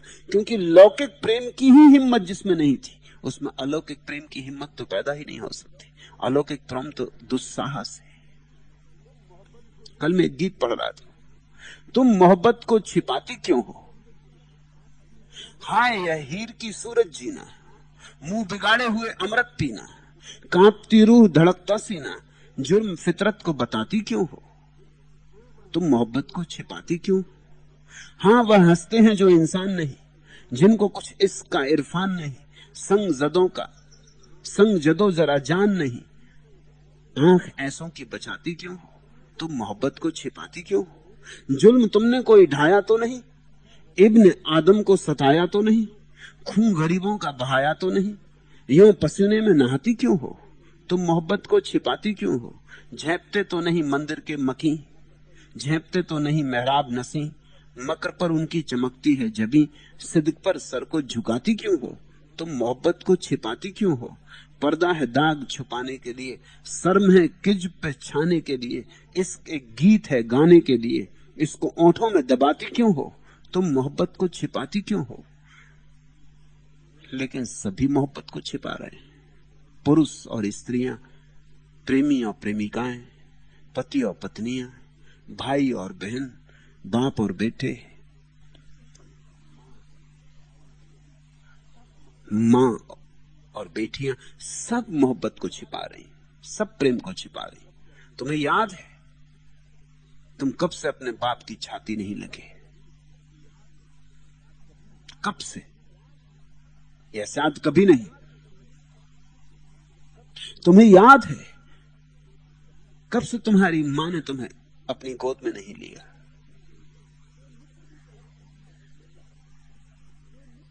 भूल ही गई है बात। दो मित्र भी तो हाथ में हाथ डाल के नहीं चलते कि कहीं कोई कुछ गलत ना समझ ले।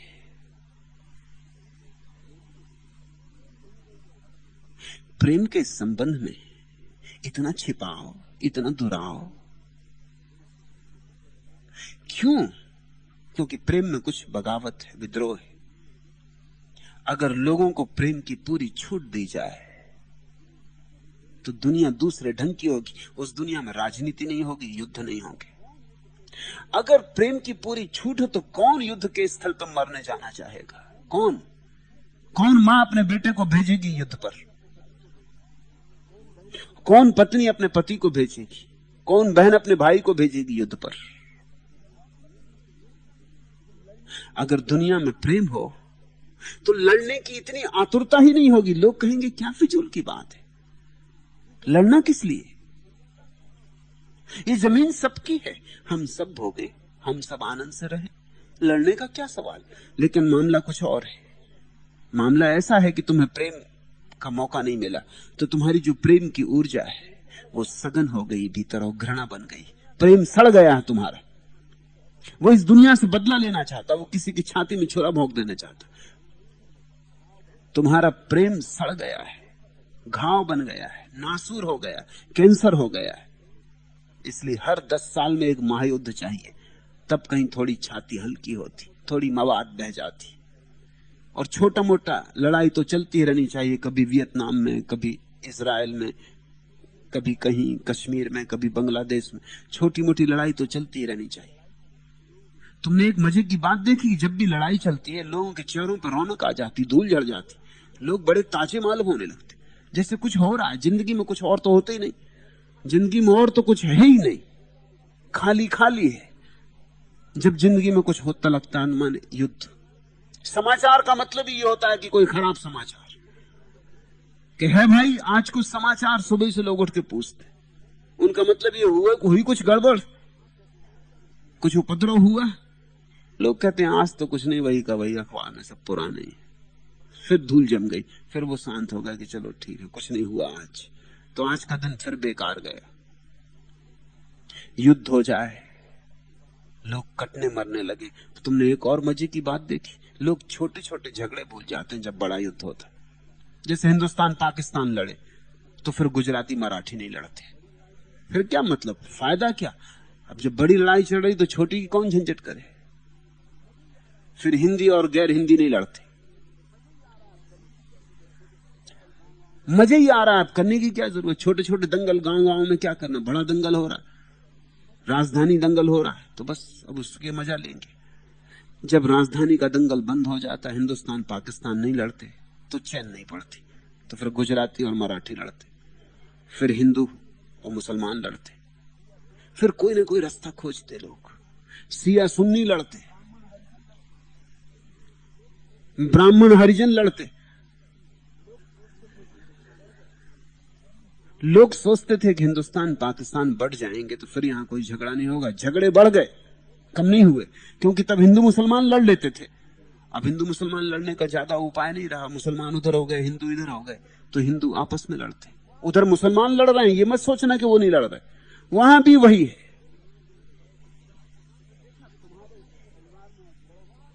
तुमने देखा, तुम्हारे परिवार में और पड़ोसी के परिवार में झगड़ा हो जाए तो तुम्हारे घर के आपसी झगड़े समाप्त हो जाते,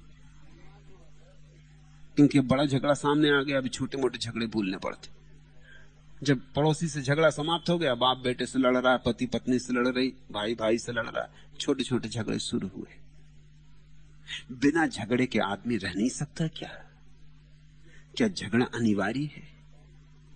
यह प्रश्न पूछा जाना चाहिए, बार बार पूछा जाना चाहिए। झगड़ा कतई अनिवार्य नहीं, लेकिन प्रेम को मौका नहीं दिया गया। प्रेम की जो अनंत ऊर्जा है, उस ऊर्जा को जब तक मौका न मिले, वही ऊर्जा विध्वंस बन जाती, या तो सृजन या विध्वंस। ठीक मार्ग मिले तो सृजनात्मक हो जाती। तब गीत पैदा होते हैं, तब नृत्य जगता है, तब संगीत पैदा होता है। जब तुम प्रेम से भरे होते हो तो तुम्हारे हाथ वीणा को छूना चाहते हैं या नहीं? जब तुम प्रेम से भरे होते हो तो तुम अपनी बगिया में गुलाब उगाना चाहते हो या नहीं? जब तुम प्रेम से भरे होते हो तो गीतों में तुम्हें रस आता है, नृत्य में तुम्हें अर्थ मालूम होता है। जब तुम प्रेम से बिल्कुल खाली हो जाते हो, मौका ही नहीं प्रेम का, घृणा ही घृणा हो जाती, तब तुम तलवारों पर धार धरने लगते हो, तब तुम बंदूकें साफ करने लगते हो, तब तुम प्रतीक्षा करने लगते हो कहीं कुछ मौका मिल जाए तो कूद पड़ूं और जूझ जाऊं, मर लूं या मार लूं। जिंदगी इतनी व्यर्थ मालूम हो रही कि मौत ही सार्थक मालूम होती। तो ये प्रश्न तुम्हारा ही नहीं, ये प्रश्न सभी का है। ऐसी दशा है, इस दशा से बाहर आने के लिए तुम्हें चेष्टा करनी होगी, और समाज तुम्हें साथ नहीं देगा। तुम्हें अपने ही बल से धीरे धीरे बाहर आना होगा। तुम अपने जीवन को प्रेमपूर्ण बनाओ, तुमसे जितना प्रेम बन सके दो, और जितना प्रेम ले सको लो। सब दिशाओं से प्रेमपूर्ण बनाओ। भाई को प्रेम करो, बहन को करो, पत्नी को करो, मां को करो, पड़ोसियों को करो, मित्रों को करो। प्रेम की एक बाढ़ बन जाओ। छोटी सी जिंदगी है, इस छोटी सी जिंदगी में प्रेम का दिया जलाओ, और तुम अपूर्व आनंद अनुभव करोगे। और तुम पाओगे कि वही लपट जो यहां प्रेम कहलाती, जब और जरा ऊपर उठती, देहों के पार जाती, पदार्थ के ऊपर उठती, तो भक्ति बन जाती। भक्ति प्रीति की ही अंतिम छलांग है। लेकिन प्रीति ही सुकड़ी सुकड़ी पड़ी है, तो भक्ति कैसे होगी? भक्ति तो प्रेम की ही अंतिम उड़ान है, और पक्षी घोंसला ही नहीं छोड़ रहा है, अंतिम उड़ान क्या खाक भरेगा? सांडिल्य के सूत्र इसलिए महत्वपूर्ण है। सांडिल्य कहते हैं प्रीति जीवन का असली तत्व है, जिससे अस्तित्व बना है वह तत्व है प्रीति। उस प्रीति के 4 रूप हैं। अपने से छोटों के प्रति हो तो स्नेह, अपने समान के प्रति हो तो प्रेम, अपने से बड़ों के प्रति हो तो श्रद्धा, और समस्त के प्रति हो, सर्वात्मा के प्रति हो तो भक्ति। एक ही प्रीति की ये 4 अलग अलग रूप हैं। कहो 4 सीढ़ियां हैं, लेकिन 3 सीढ़ियां पार करनी होगी, तभी तुम चौथी में उठ सकोगे। मैं अपना प्रेम कभी प्रकट नहीं कर पाया, जाने दो जो नहीं हुआ कल, आज तो करो। अब कल के लिए बैठे बैठे क्या रोना? कल तो गया, अब दोबारा लौटेगा भी नहीं। अब कल के लिए बैठे बैठे क्या समय खराब करना? आज तो हाथ में है ना, आज कुछ करो, आज नाचो, आज गाओ, आज हृदय से मिलो। कहते मैं अपना प्रेम कभी प्रकट नहीं कर पाया, साधारण लौकिक प्रेम ही नहीं, आपके प्रति भी जो प्रेम है वह भी छिपाए बैठा हूं। उसे तो छिपाने की कोई भी जरूरत नहीं, क्योंकि यहां तो मैं एक ही बात सिखा रहा हूं। अगर कुछ सिखा रहा हूं तो प्रेम को अभिव्यक्ति दो, क्योंकि प्रेम की अभिव्यक्ति में ही तुम्हारी आत्मा का विकास है। निसंकोच अपने प्रेम को प्रकट होने दो। तुम्हारे प्रेम की अभिव्यक्ति में ही तुम पाओगे कि तुम्हारा असली जीवन शुरू हुआ। जागरण उसी से आता है, नहीं तो तुम सोए सोए जी रहे हो। न मालूम कौन सा भय है मुझे जिसने पंगु बना रखा है। संस्कार का भय। सदा सिखाया गया प्रेम के संबंध में सावधान, प्रेम खतरनाक है, प्रेम में जाना ही मत, प्रेम पागलपन है, ये सिखाया गया है, इसलिए तुम रुके हुए हो। मैं तुमसे कहता हूं प्रेम पागलपन सही तो पागलपन सही, लेकिन प्रेम रहित होकर बुद्धिमान होने से प्रेम पूर्ण होकर बुद्धिहीन होना बेहतर है। क्योंकि जब प्रेम में पड़ता है वो कभी न कभी परमात्मा तक पहुंच ही जाता है। प्रेम यानी नाव को छोड़ दिया, पाल खोल दिए। ठीक ही कहते हैं लोग, कहते हैं कि प्रेम पागलपन है ही पागलपन, क्योंकि तर्क उसका साथ नहीं देता, गणित में आता नहीं, हिसाब किताब में बैठता नहीं। फायदा क्या है? गणित पूछता फायदा क्या है, क्या मिलेगा प्रेम करने से? और झंझट ही होगी, काम में बाधा पड़ेगी।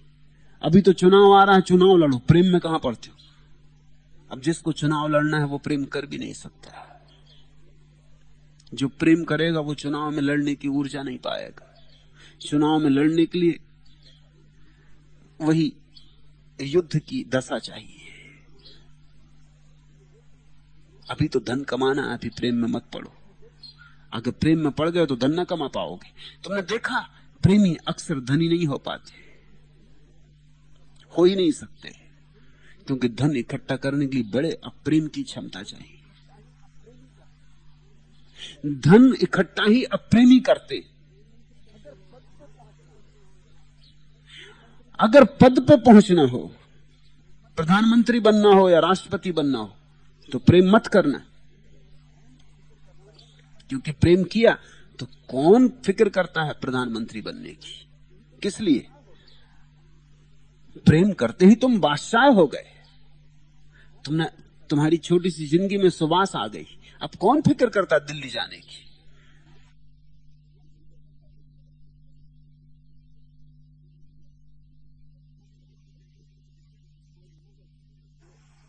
प्रेम न हो जीवन में तो आदमी दिल्ली जाने की कोशिश करता है। प्रेम न हो तो आदमी इस कोशिश में रहता है कि लोगों का ध्यान तो मेरी तरफ आकर्षित हो। प्रेम की कमी ध्यान से पूरी करवा लेना चाहता है, दूसरों का ध्यान आकर्षित हो जाए। जब कोई तुम्हें प्रेम से भर के देखता है, एक व्यक्ति भी अगर तुम्हें प्रेम से भर के देख लेता है, प्राण तृप्त हो जाते। जब ये तृप्ति नहीं होती तब तुम चाहते हो कि मंच पे खड़ा हो जाऊं, हजारों लोगों की भीड़, लोग ताली बजाएं, फूल मालाएं फेंकें। ये उसी प्रेम की जो 2 आंख तुम्हें नहीं मिल पाई, उसी की पूर्ति तुम कर रहे हो। और करोड़ लोग भी तुम्हारे ऊपर फूल फेंकें तो भी पूर्ति नहीं होती। क्योंकि वे फूल फेंकने वाले प्रेम के कारण फूल नहीं फेंक रहे हैं। वे तुम पर फूल फेंक ही नहीं रहे, वे सिर्फ तुम्हारे पद और प्रतिष्ठा के लिए फूल फेंक रहे हैं। वे भय के कारण फूल फेंक रहे हैं। यही लोग कल तुम पे जूते फेंकेंगे, जरा पद से नीचे उतरो। एक महिला के संबंध में मुझे पता है, इंदिरा पर किताब लिख रही थी, उनकी प्रशंसा में किताब लिख रही थी, फिर सब पांसा पलट गया। तो अब उसने किताब भी बदल दी। अब उसने किताब लिखी इंदिरा के खिलाफ। शुरू की थी पक्ष में, किताब करीब करीब पूरे होने के आ गई थी, बस आखिरी हिस्सा पूरी करना था, लेकिन तभी तक मामला बदल गया। किताब का नाम है two faces of Indira Gandhi. तब मैं बड़ा हैरान हुआ, ये दो चेहरे इंदिरा गांधी के कि दो चेहरे लेखिका के? ये दो चेहरे लेखिका के। जो फूल मालाएं पहना रहे थे वही गालियां दे रहे हैं, बदला ले रहे हैं। अब ख्याल रखना, अगर राजनीति में जाना हो तो प्रेम में पड़ना मत, अगर धन कमाना हो तो प्रेम में पड़ना मत, अगर इतिहास में नाम छोड़ना हो तो प्रेम करना मत, क्योंकि प्रेम करने वालों को जरा भी फिक्र नहीं होती कि इतिहास में नाम हो कि ना हो, और जरा भी फिक्र नहीं होती कि पद मिले या ना मिले, धन कमाया जाए या ना कमाया जाए। प्रेम इतनी परितृप्ति देता है कि सब मिल गया, पद भी, धन भी, यश भी। प्रेम चूक जाए तो ये सब चीजों की दौड़ पैदा होती, इसलिए समाज चाहता है कि तुम्हारा प्रेम चूक जाए। तुम प्रेम में पड़े तो सब गड़बड़ हो जाती। तुम्हारे पिता चाहते हैं धन कमाओ और तुम पड़ गए प्रेम में, गए काम से, पिता सिर ठोक लेते हैं कि बस खराब हो गई बात, अब क्या कमाएगा ये। पिता चाहते हैं कि बेटा प्रधानमंत्री हो जाए, तुम प्रेम में पड़ गए, पिता निराश हो जाते कि अब ये क्या प्रधानमंत्री होगा। प्रधानमंत्री होना हो तो ब्रह्मचर्य की कसम ले लो, मुरारजी भाई से पूछो, तब तुम्हारी सारी ऊर्जा कुंठित होती, भीतर लड़ने झगड़ने की वृत्ति पैदा होती, कहीं भी जूझ जाओ, किसी से भी भिड़ जाओ, वही भाव रहता है। फिर तुम जिस दिशा में भी सिर डाल दोगे उसी दिशा में पहुंच जाओगे, धक्के मुक्के करते। किसी न किसी दिन जो तुम्हारी मनसा है पूरी हो सकती। महत्वाकांक्षा सिखाता है समाज, और महत्वाकांक्षा अप्रेमी हृदय में ही हो सकती है। इस कारण तुम्हारे मन में एक तरह की पंगुता है, समझो और उस पंगुता को तोड़ दो। उस पंगुता को तोड़ना कठिन नहीं है, समझने भर की जरूरत है, समझ आते ही तोड़ी जा सकती है। और अगर तुम इस जगत के लोगों को प्रेम कर सको तो वही प्रेम का आनंद तुम्हें प्रार्थना सिखाएगा। उसी प्रेम के आनंद से तुम एक दिन परमात्मा की तलाश में निकलोगे। तुम सोचोगे कि जब साधारण लोगों को प्रेम करने से इतना आनंद मिला तो उस परम प्यारे की खोज से कितना आनंद न मिलेगा। आखिरी प्रश्न,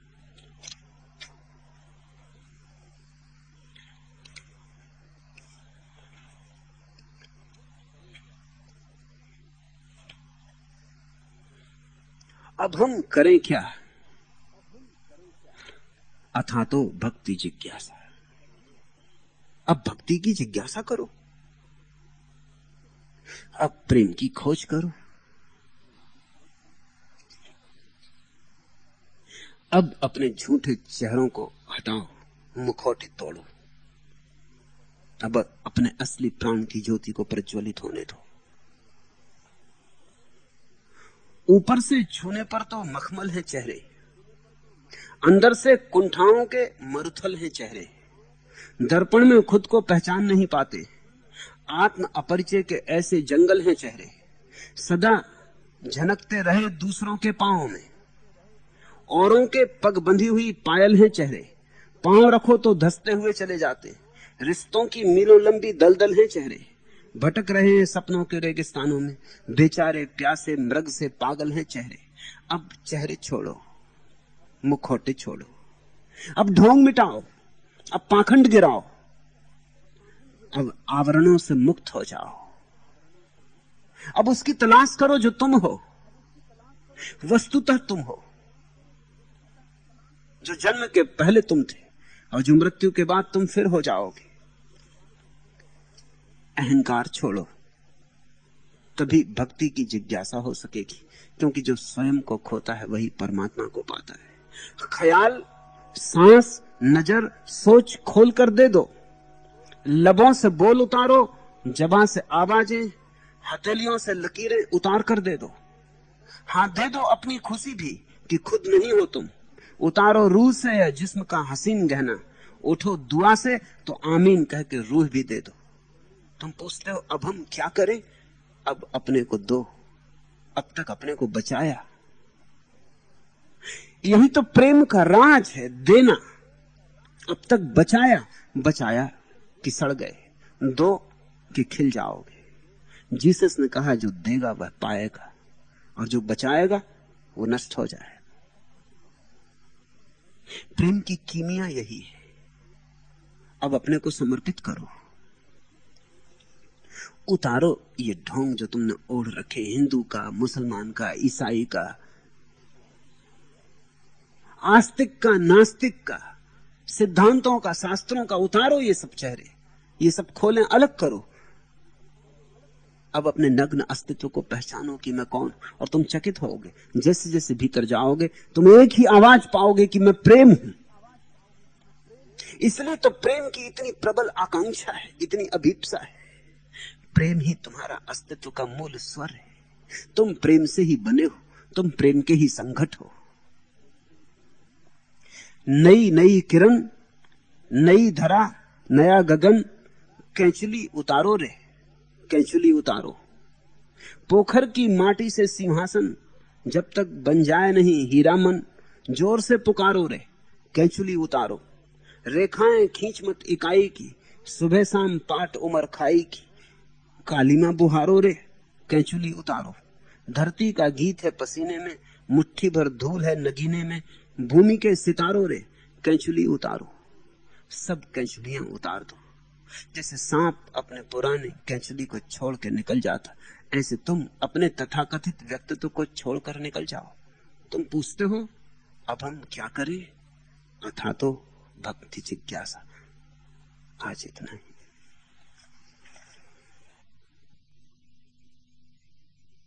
अगर यह वीडियो आपको अच्छी लग रही हो तो वीडियो को लाइक और चैनल को सब्सक्राइब करें।